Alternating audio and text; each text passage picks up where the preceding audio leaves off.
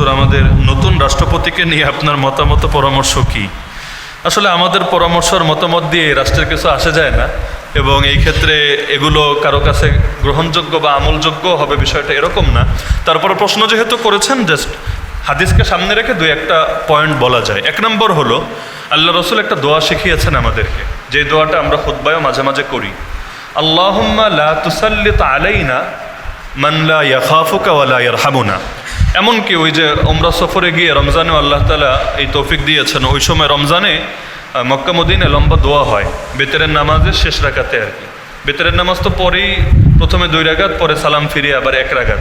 তো ওই 1 রাকাতে লম্বা দোয়া করে, এমনকি আমি একবার পেয়েছিলাম সে 140 মিনিট দোয়া করেছে। 40 মিনিট বাংলাদেশে করলে মুসল্লিরা ওই দিন ইমামের চাকরি নট করে দিবে। বাকি একদম 40 মিনিট দোয়া করেছে। বাকি আলহামদুলিল্লাহ সবাই এটা খুব আগ্রহের সাথেই করে। তো ওইখানেও প্রায় দিনই দেখতাম এই দোয়াটা করে, আল্লাহুম্মা লা তুসাল্লিত আলাইনা বিদুনুবিনা মান লা ইয়াখাফুকা ওয়া লা ইয়ারহামুনা। এর অর্থ হলো, হে আল্লাহ, আমাদের পাপের কারণে আমাদের উপরে এমন শাসক চাপিয়ে দিয়েন না যার মধ্যে 2টা গুণ নাই। কোন 2টা গুণ? 1 নম্বর হলো যে আপনাকেও ভয় করে না, 2 নম্বর যে আমাদের উপরেও দয়া করে না। আল্লাহ এমন শাসক আমাদেরকে দিয়েন না যে আপনাকে ভয় করে না, মানে তাকওয়া নাই, এবং আমাদের উপর রহম করে না। এই হাদিস বা এই দোয়া, নবীর এই দোয়া সামনে রাখলে একটা শিক্ষা পাওয়া যায়। কি শিক্ষা জানেন? যে শাসক হতে হবে, শাসক সে যেই লেভেলের শাসকই হোক না কেন, শাসক হতে হবে এমন তার মধ্যে 2টা গুণ মাস্ট লাগবে। এই লাগবে, 1 নম্বরে আল্লাহর ভয় আছে, কারণ আল্লাহর ভয় না থাকলে দুর্নীতি করবে।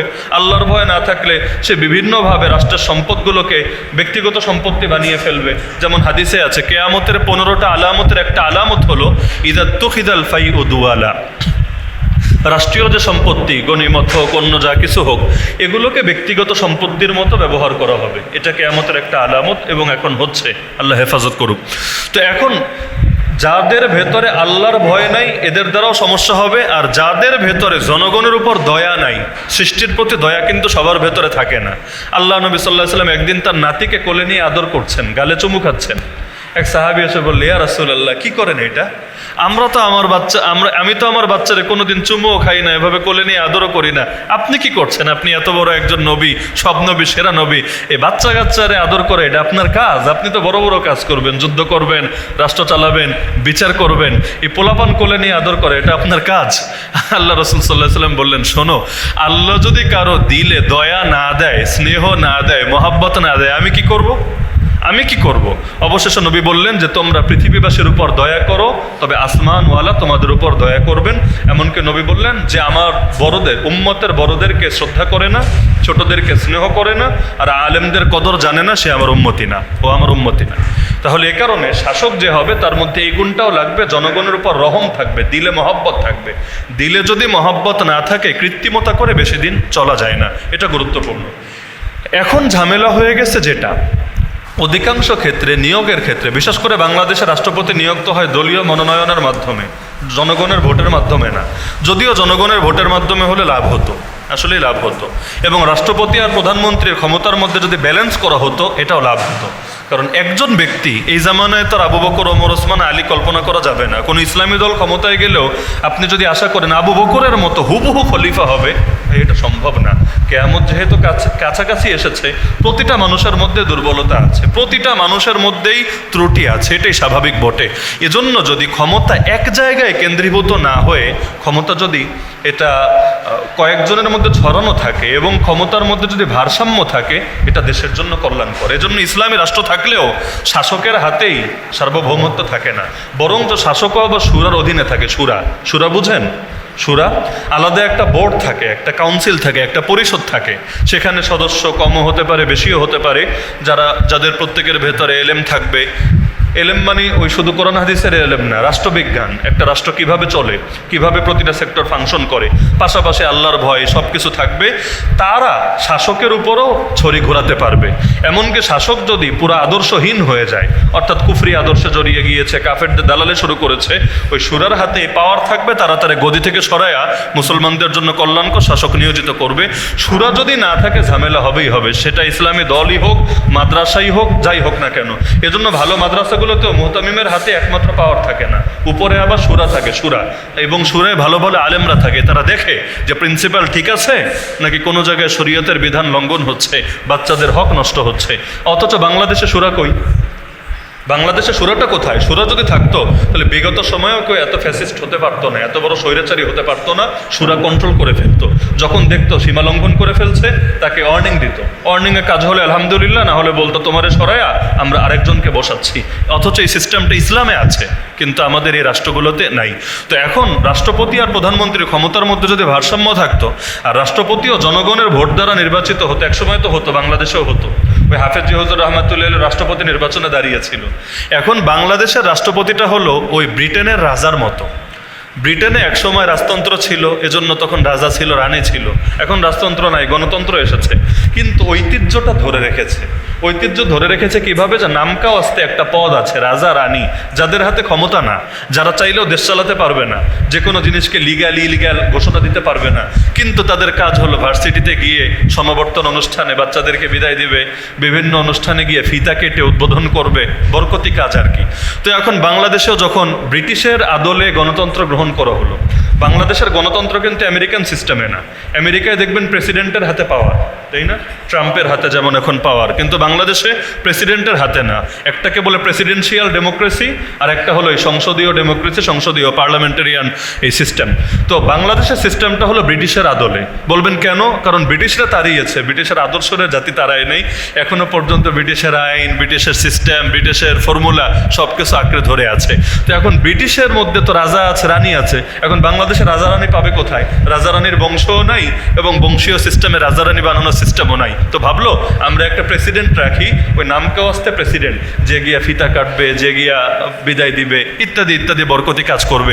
এজন্য হামিদ সাহেব যখন প্রেসিডেন্ট ছিল কিশোরগঞ্জের, মাঝে মাঝে দুষ্টুমি করে বলতো যে আমারে যা লিখে দিয়েছে, আমার তো এর বাইরে বক্তব্য দেওয়ার সুযোগ নাই, আমাকে যা বলতে বলেছে হবু আমি তা বলবো। এটা আসলে কোনো আদর্শ পদ্ধতি হতে পারে না। তো এখন ব্যক্তিকে এটা বিষয় না, আমি মনে করি রাষ্ট্রপতি এবং প্রধানমন্ত্রীর ক্ষমতার মধ্যে যদি ব্যালেন্স করা যায়, এবং রাষ্ট্রপতি এবং প্রধানমন্ত্রী উভয়ের মধ্যে এই গুণ যদি সবসময় থাকে, যে আল্লাহর ভয়ও থাকবে, জনগণের প্রতি দয়াও থাকবে, তাহলে একটা দেশ এবং এ দেশের জাতি উপকৃত হতে পারবে। তা হাদিস সামনে রেখে আমরা মোটামুটি এই বার্তাটাই পাই। বাকি বাংলাদেশের সিস্টেমে কে রাষ্ট্রপতি হলো না হলো এটা নিয়ে আমার বিশেষ কোনো আগ্রহ নাই, কারণ এই দেশের রাষ্ট্রপতির হাতে কোনো ক্ষমতাও নাই, এবং তার বিশেষ কোনো কাজও নাই। তার কাজ সাইন দিবে আর বিভিন্ন জায়গায় বরকতি কাজ করবে। তো যার কারণে যারাই দেখ আলহামদুলিল্লাহ, আমাদের বিশেষ কোনো ক্ষতি না হলেই হলো, ইসলামের বিরুদ্ধে বা মুসলমানদের স্বার্থের বিরুদ্ধে কোনো কাজ না করলেই হলো, এটা হলে আলহামদুলিল্লাহ। আল্লাহ আমাদের দেশকে এবং এই দেশের মুসলমানদেরকে বিশেষভাবে হেফাজত করুন। আর আমার সর্বশেষ পয়েন্ট হলো, এখানে আমাদের ভাইয়েরা যারা আছেন, আমি একটা বিশেষ রিকোয়েস্ট করব, অনেকে চাকরি করেন, অনেকে ব্যবসা করেন, এক একজন এক এক কাজ করেন, প্রত্যেকে যে যেই কাজ করেন আল্লাহর ওয়াস্তে, আল্লাহর ওয়াস্তে, আল্লাহর ওয়াস্তে ওই বিষয়ের এলেমটা শিখে নিয়ে। ব্যবসা সংক্রান্ত এলেম আছে, এটা আমি না শিখলেও সমস্যা নাই। উদাহরণ হিসাবে ধরেন আমি ব্যবসা করি না, আমি এটা না জানলেও সমস্যা নেই, কিন্তু আপনি যদি ব্যবসা করেন আপনার কিন্তু এলেম লাগবে। যারা চাকরি করেন, চাকরি সংক্রান্ত ইসলামের শিক্ষা আছে, ওই শিক্ষাটা যদি আপনি অর্জন না করে চাকরি শুরু করেন, তাহলে আপনার দ্বারা আল্লাহর অনেক বিধান নষ্ট হবে। যারা বিয়ে করবেন অথবা করে ফেলেছেন, বিয়ে সংক্রান্ত, পরিবার সংক্রান্ত, দাম্পত্য জীবন সংক্রান্ত ইসলামের বিধান নাই। যদি আপনি জেনে থাকেন আলহামদুলিল্লাহ, যদি জেনে না থাকেন আল্লাহর ওয়াস্তে এলেমটা শিখে নিয়েন, না হলে নিজের অজান্তে আপনার দ্বারা ভুল হবে, আল্লাহর বিধান লঙ্ঘন হবে। এজন্য যে যেই কাজ করবেন তার জন্য সেটার এলেম শিখে নেওয়া ফরজ, মনে রাখবেন। যে যেই কাজ করবেন তার জন্য সেটার এলেম শিখে নেওয়া ফরজ। হজে না গেলে কবে আরাফায় যাবেন, কবে মিনা, কবে মুজদালিফা না জানলেও খুব একটা সমস্যা নাই, কিন্তু হজে যেতে চাইলে শিখে নিতে হবে।